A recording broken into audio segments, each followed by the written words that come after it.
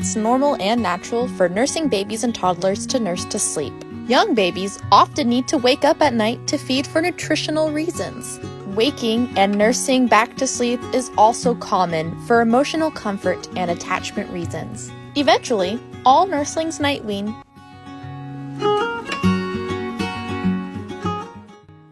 What is night weaning? Simply put, night weaning is when feeding through the night comes to an end.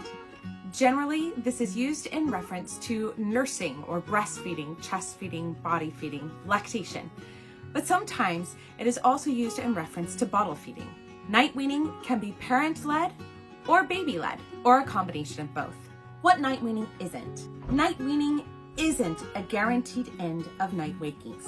Often, an end to night feedings does lead to less wakings and less dependence on parental guidance to fall back asleep. But it isn't a guarantee, and it is normal for many babies and toddlers and preschoolers to continue waking at times through the night and needing adult assistance in going back to sleep. Night weaning can happen gently. It doesn't have to be a big traumatic experience. In fact, it may be exactly what you all are looking for and be a connecting and bonding time. A few points to keep in mind. Remember, every child is different, and their unique temperament may greatly influence their night weaning readiness and journey. While some infants may naturally give up their night feeds at a young age, more commonly, night feeds remain an important part of an infant's routine until at least 10 to 12 months of age for both nutrition and comforting reasons, sometimes even longer than a year. Under 6 months, night feeds for the breastfed baby are important in establishing and protecting milk supply, and night weaning too early can lead to low milk supply.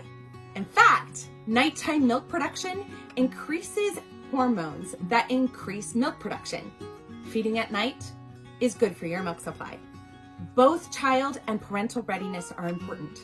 If you are not ready to night wean your child, you do not have to. Night weaning before your child is ready can be difficult. I mean, less rest for everyone instead of more, like we may be hoping. So how do you know when your child is ready to night wean? While some babies may be naturally night weaning themselves around 4 months, which if that's the case, you may want to check with your child's healthcare provider or your lactation helper to make sure that your milk supply is still going strong.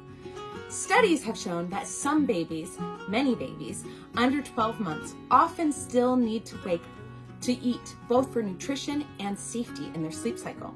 So personally, I don't look for any signs of readiness before 10 to 12 months, and sometimes not even until later.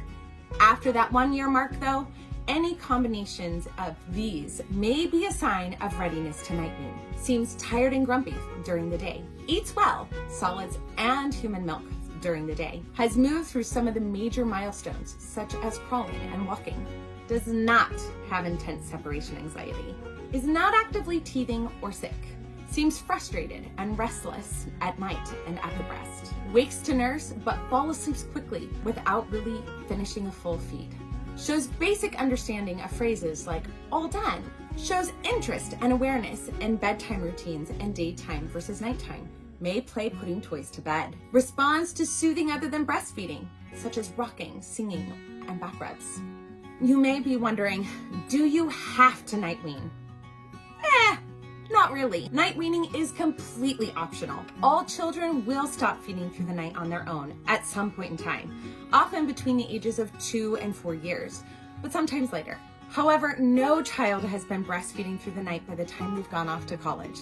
They all stop at some point. If you don't want to night wean, you don't have to. Can you night wean respectfully? Absolutely. Respectful, gentle night weaning is a mindful process of ending night feeds that considers the needs of the entire family, with awareness of development and the importance of the parent or caregiver-child bond. This process cares for the whole family and can be done with any sleep arrangement in respect for the family's values, priorities, and needs. If you're not ready to move your child to a different room, you can night wean in a way that works for your family. While it may be with some tears, it won't be traumatizing or isolating, and there will be comfort for those tears. You don't have to leave your child alone in the process, which teaches your child that they can be upset and still have care and support from you, even when they can't have what they want. It does not involve leaving your child to cry alone. you can night wean in a way that aligns with your family values and circumstances. If you're not sure when or if your little one is ready to night wean, or if you are, check out our downloadable night weaning gently readiness checklist. This will make it easy for you to determine where you are in your night weaning journey